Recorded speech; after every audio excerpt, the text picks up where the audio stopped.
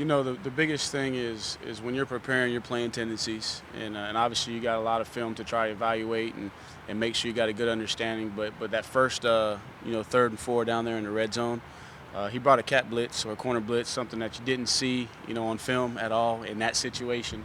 That was more of a long yardage or a 2-minute situation. So I thought he did a good job of calling that there. And then on some of his third down stuff, he was showing blitz, and then he was dropping out and playing, almost it's kind of a cover three, but it's not truly a cover three because he had different guys doing different things. So it was a little bit of cat and mouse early on, and then once we got dialed in, and so when you got a young quarterback, you try not to get him to see too much, but you got to give him answers. So it took us a little while just to find the right concepts to get to give us a chance on third down. It looked like it. Sometimes they were taking the safety from one side of the field and right at the snap, just running them all the way over. Yeah, that was something that we saw, and that there we were prepared for it, and we had some answers, and so you saw us on third down get that a couple times. But what he has shown prior to that, that was more of a different personnel grouping. He was doing that. He did that to NC State a lot with the heavier personnel, 2 tight ends in the game. So we had a plan for it, and that didn't give us as much problems. There's one time, and the tough thing about it is because of the way they configure the front. You got to make some decisions in protection. And so the one down there in the again back in the red zone, we had a good call. We just need a little bit more time. And again, I think Trevor's going to learn from that. He did a really good job on the play to Renfro for the big play where he slid the protection. But he's going to learn from that one. If he just would have slid his protection again, he would have had a little more time. And DK was coming wide open for a touchdown. So a lot of positive, but still some great opportunities to grow. Trevor slid short of the first down on that one play. He's done that a couple times this season. Is that one of the few things he needs to work on? He'll just continue to learn and get better. And the great thing about Trevor is in just talking to Coach Streeter, a lot of times before Coach Streeter can even correct him, he said, "Man, I know I should have done this." So you know that he's a very headsy guy. He's going to learn. Another learning experience is when he had the screen to Travis that got batted. Don't catch it, just bat it down. But again, he's got to play through that stuff. But he's gonna take ownership of it. And I'd say it's safe to say that we probably won't see those mistakes again. Tony, these are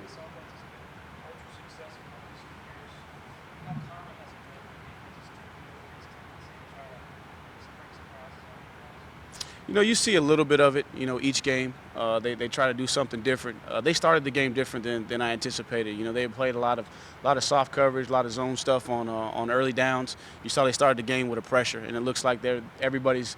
I've seen more and more this year people going back to what people they have done against us, and so it looked like their plan was to, instead of letting us get in the ball in the perimeter, they were going to play their ends wide, bring interior pressure, and force us to run the ball inside. And then when we had our zone reads, they were going to force us to the quarterback to pull it. And so obviously we had to play a little cat and mouse in the run game, but because of that, it made them a little susceptible to the pass. And so really, really proud of our guys having the mentality of do whatever it takes to win the game. But you're seeing a little bit more of guys trying to do different things, and I think with Trevor's ability, I think the ability for us to win one-on-one in man coverage and throw the ball down the field, it scared some people away from giving us that. And you saw the plays that we were able to make down the field. If you give us one-on-ones, Trevor has the ability to put the ball where it needs to be, and we got guys that are going up and making plays. So I think going forward, everyone's going to try and do something a little bit different, and just going to take us a little bit of time. And hats off to the staff. It's not just myself; it's everybody involved, communicating, trying to make sure we're all on the same page so we can get to the best adjustments in game. Tony, there are a lot of veterans on this team. Does the staff let the older guys tell the younger guys, hey, this was fun last week, we got a division title, but there's still a lot more to go? Yeah, I think it's more these guys have big picture goals in mind, and they understand that in order to accomplish the big picture goal, you just got to take it one day at a time, 1 week at a time. And the mentality for us is every game is the biggest game within the season, and obviously the fun is in the winning. So they know that when you have fun when you win, but they know what it takes to win. So I think the young guys do a great job of coming in the door very, very humble. You talk about some of the high-profile guys that come in the door, and they just kind of assimilate into the culture, and that's what breeds the success. Tony, what has the Mitch Hyatt and other seniors meant to you guys as a staff and all they've accomplished, and not just that, but the leadership? No question. I mean, you talk about these guys, 50 wins, as a group. They got a chance to not just break ACC records, but they got a chance to break national records for wins in a career. And, I start with Adam Choice, and he may not get the publicity of Taven and Travis and Lin J, but I tell you what, man, he's my rock. And like I said with Zach Brooks when he came through, some of those guys that are a little bit under the radar from the media perspective are really the guys that drive the culture. I mean, he's very, very unselfish. He's willing to do whatever it takes. He doesn't mind, letting somebody else shine as long as the team wins. And I think that's the mentality that you have with Mitch. And for me personally, having a chance to recruit Mitch, and one of the things, and I don't sell much in recruiting, but I told him, I said, look, man, if you'll come to Clemson, we'll have a chance to win a national championship if we can get you. Because I knew if he came, then other guys were going to want to come play on that offensive line. And we kid with each other every once in a while. It's like, man, it really came true. And I think just his consistency and his demeanor, what he's meant, and Deshaun and Mike and all the guys that have come through. But really, I think the transition has been when we became more solidified up front to give us a chance to compete with the teams we needed to compete with down the stretch in the postseason. So him and all the other guys, Miley Richards, a guy that has been very, very unselfish, one of the best leaders that we had. Just to watch Falsinelli's, transformation from a guy that started as a potential gray shirt to now he's a all-ACC performer. And I don't want to miss anybody, but we just got so many guys, and the defensive guys and what they've meant to us. I mean, it's just a great group of young men, and I think that Coach Sweeney, when he started the program, he said that you're going to build the culture through recruiting and graduation, and that is held true. It's because you're graduating guys, it redefines the culture, and then each year when you recruit these guys, they're able to just come in and see people like Mitch Hyatt, and they may have heard about him on TV, but then they come in and say, hey, man, this is just a regular guy that goes to work every single day. Maybe I need to just kind of fall in line and do what he does. Coach, you started using that jumbo package, I think 2 years ago with Christian and Dexter blocking, but of course this year you used it 3 different ways with the I formation successfully. At what point did it occur to you you can be creative with this and really be successful? It goes back to understanding how people are going to attack it, and obviously everything that you do, not just the fridge package, and I can't take credit for that. That's Coach Sweeney's kind of idea, and he comes to me each week and says, hey, here's some thoughts to me, and then we go back and we look as a staff and say, okay, these are the ones that realistically have a shot based off of what we're anticipating we're going to see. But with any package that you have, you want to kind of keep it honest. So the same thing, if we're going to run the inside zone, we're going to have complementary plays off of it so that you just can't hone in on the inside zone. You got to make sure you defend the perimeter, the play actions, and all the things that come off of it. So that's what we do each week with it. And then you got those 2 guys that, I mean, they're just special. They come over, they got a smile on their face. They're like, they're all asking for the ball. Dexter wants his touches, Christian wants his touches, but more than anything, they want to do whatever it takes for us to be successful, and they bring a lot of energy. And I think the guys up front, the offensive linemen, they appreciate it because it's a big boy getting an opportunity to touch the ball.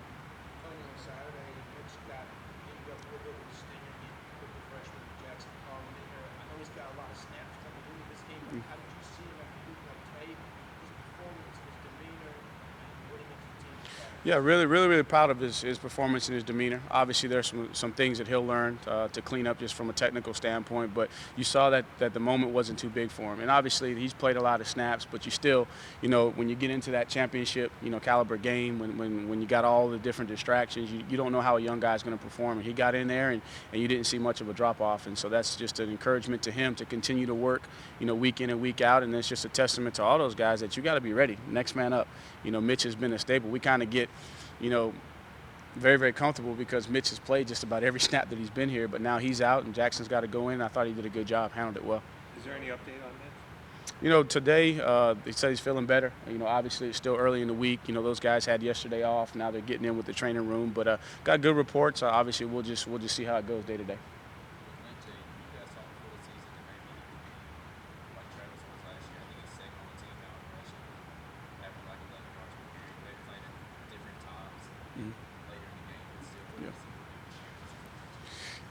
And I think, a lot of people didn't know much about him. He's coming from a small school down there in Georgia. A lot of even the in-state schools really didn't recruit him as a running back. But I saw a lot of Andre Ellington. And I think if you go back and you watch the long run that he had versus Louisville, he made a very Ellington-esque cut that not a lot of guys can do. So I think he's a very, very natural runner. He's got great explosion, very good top-end speed. He's tougher than you would anticipate for a guy that's coming out at 190 pounds. So, I mean, he's got the makings to be special. The biggest thing for him is, and especially like in that game this past week when they're doing a lot of different things, they're bringing corner blitzes and they're bringing 2 guys from the field, they're rolling trap coverage. That's a lot for a young guy who really hasn't played to see, but, he's embraced it. He's learning, and I think what's helped him is Travis went to him and said, hey, man, don't get frustrated. This is how it was for me. This is kind of how I made my name. So whatever reps you get, man, you eat them up, and then make sure you're prepared. And one thing too is for us is trying to find ways to get him in there, because I think he does have a different gear. I think that's what separated Travis last year is, man, his explosion. So when Travis came into the game, you had fresh legs, and man, he was moving at a faster speed than everybody on the field. And I think that's kind of what Lin J gives us right now. Is he getting closer to where first quarter, second quarter, you guys are close to these games? Yeah, he is. He is. I think the biggest thing with this past week was just when they started doing all those variations, and it wasn't just what they did; it's what they showed us on tape. I think their defensive coordinator does a great job. It reminds me a lot of when Don was up there. Don Brown, and he has a lot of exotics, a lot of personnel packages. I mean, he understands how you're setting your protections, and so he's got ways to try and bait you into setting a protection and then bringing pressure the other way.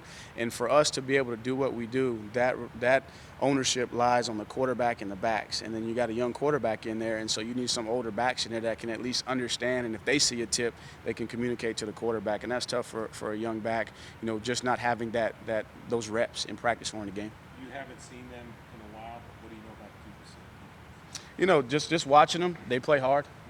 They let them get lined up, and they let them go play. And a lot of those kids, I remember a lot of them, especially those Georgia kids when I was recruiting Gwinnett County. And I thought that Dylan Singleton was one of the best players that I saw in high school coming out. Was a little bit under-recruited, I guess, from a size standpoint, but ended up at Duke. And man, he was playing at a high level, so I know that's a tough loss for them. And I remember McDuffie from Shiloh, and you got the safety from Grayson, and Drew Jordan from North Gwinnett. So I'm familiar with all those guys. And one thing I know about them, just from my experience when they're recruiting, they're high-character kids. I mean, they're tough. They're going to play hard. They know what they're doing, and they just let them go play. And then they challenge you too. They're going to put those guys in man coverage, and they're going to try and stop the run with a 7-man box and see can you throw it down the field and make some plays. They really did a good job containing Georgia Tech's running game. What do you think they did so well in that game? Georgia Tech's tough because we're not going to spend a whole bunch of time, watching Georgia Tech just because the scheme doesn't fit. So when you got, 10 games in, you're not going to have the time to watch every single play of every single game. So we're not as focusing much on Georgia Tech. But what I would say, if I had to guess, is just they were sound in what they were doing. They understood the plan. And then you watch them versus Virginia Tech. They got after Virginia Tech up front. They were able to create some penetration, knock back, and from a run game standpoint, and got after the quarterback a little bit. And then they were stout on third down, and especially in short yardage. So I anticipate that Duke's going to come out, man. They're a 7-win team, and they're playing with a lot of confidence, and they beat some really good teams. And so they're going to come out. They're going to play hard. They're going to be extremely well coached. They're going to be fundamentally sound, and they're going to challenge us.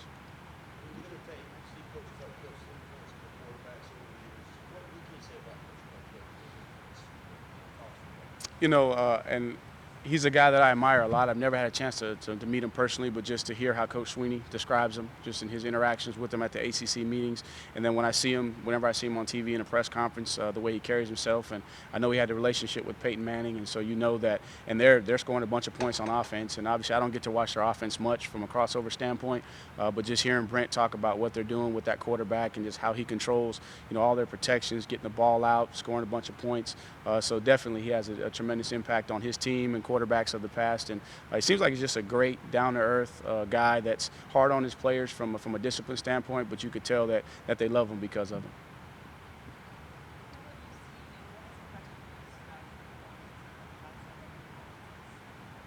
He just continues to get better, and the bigger the moment, the better he plays, and just. And again, it's a little thing, just a little bit of insight. The play that we hit to Renfro comes off on the sideline and says, look, I think this play is there. Okay, so we said we're going to call it based off your recommendation. We trust you, Renfro. We feel like you understand the leverage. We can get it done. But for Trevor to see that and slide his protection to give himself some more time, that's stuff that freshman quarterbacks don't do, especially not just in that situation, but in that game plan, just the amount of things that we ask him to be able to control and prepare for. He just continues to soak up the knowledge, and he's the same. His demeanor is the same every single day, and I think that's what makes him special, that his confidence is in his preparation and his work, and I think that's why he performs at a high level. And the great ones that have come through here, when you start talking about the great ones and your Sammy Watkins and your Deshaun, they had that same demeanor about themselves. Their confidence was in their preparation and their work, and not necessarily their performance on the field, but how they prepared to get ready to play.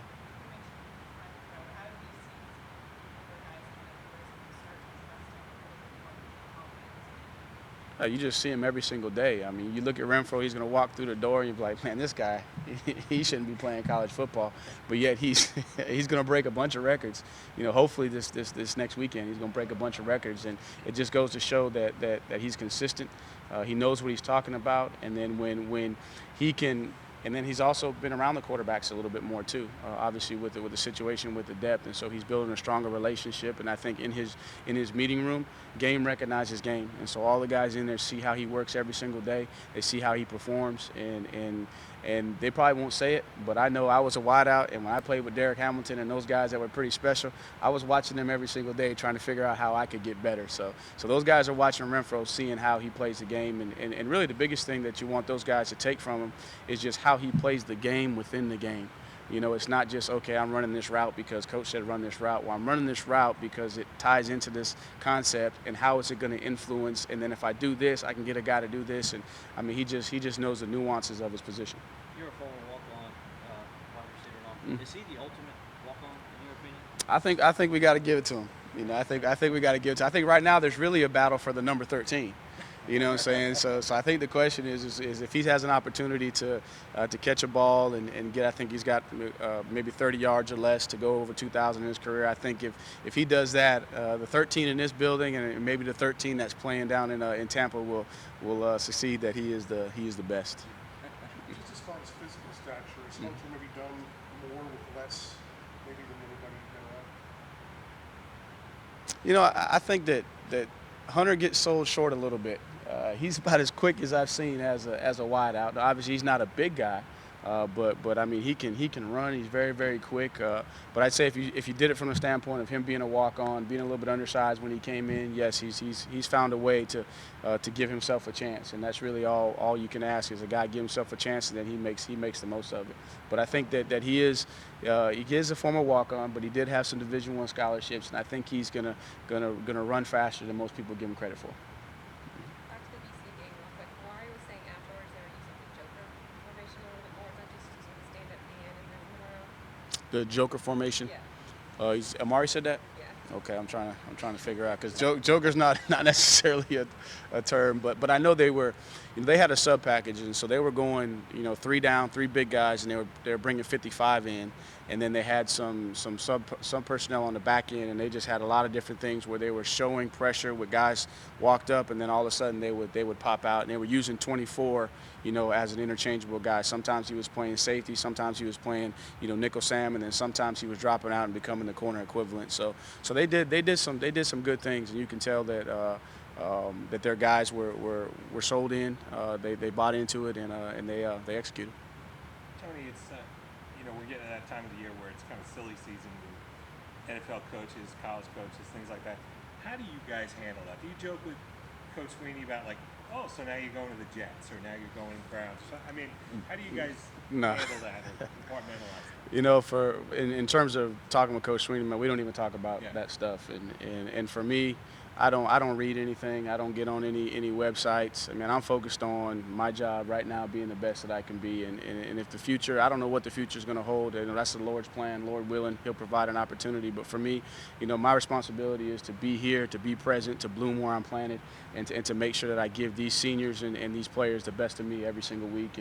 And anything beyond that, there's a time and a place for you to worry about that. All righty.